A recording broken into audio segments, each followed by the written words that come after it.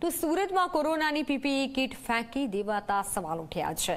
કોરોનાના વધતા જતા કેસો વચ્ચે આ ઘટના સામે આવી છે। અઠવાલાઇન્સ પોલીસ ક્વાર્ટર્સ પાસે જથ્થો ફેંકી દેવાયો। કોરોનાની સેફટી કિટ અને મેડિકલ વેસ્ટ ફેંકાયો। અજાણ્યો વ્યક્તિ દવા માસ્ક સહિતનો જથ્થો ફેંકી અને ગયો। તો પોલીસ લાઇનના સીસીટીવી તપાસવામાં આવે તો અનેક મોટા ખુલાસા થઈ શકે છે, ભાંડો ફૂટી શકે છે। આટલી મોટી ગંભીર બેદરકારી અંગે જવાબદાર કોણ તે પણ એક મોટો સવાલ છે, કારણ કે એક તરફ કોરોનાના કેસ વધી રહ્યા છે, બીજી તરફ આ રીતે પીપીઈ કિટનો જથ્થો ફેંકી દેવાયો છે। આ ગંભીર બેદરકારી કહી શકાય। જથ્થો ફેંકી જનાર સામે કાર્યવાહીની અત્યારે માંગ ઉઠી છે અને મોટો સવાલ તો એ છે કે આ કોરોનાની કિટ ફેંકીને કોણ ગયું, કારણ કે હાલ કોરોનાના કેસ પણ વધી રહ્યા છે।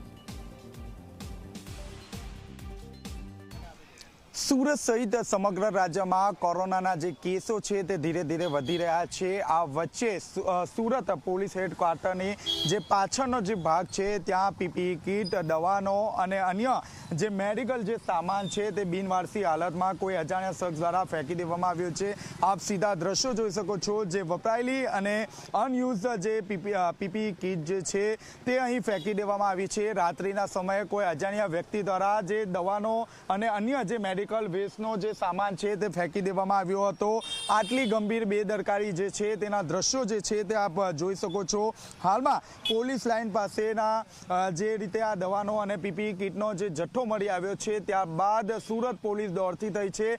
કયા વ્યક્તિ દ્વારા આટલો મોટો પીપીઈ કિટ અને દવાનો જે વેસ્ટ જે જથ્થો છે તે ફેંકી દેવામાં આવ્યો છે તે અંગે તપાસ હાથ ધરવામાં આવી છે। સાથોસાથ આરોગ્ય વિભાગની ટીમને પણ આ સમગ્ર બનાવને લઈને જાણ કરવામાં આવી છે। આપ જોઈ શકો છો, મેડિકલ માટે વપરાતી વિવિધ જે દવાઓ છે, આ ઉપરાંત પીપીઈ કિટ છે, અન્ય જે સિરીઝ છે તે સહિતનો મેડિકલ વેસ્ટનો જે મુદ્દામાલ છે તે અહીં જોઈ શકાય છે।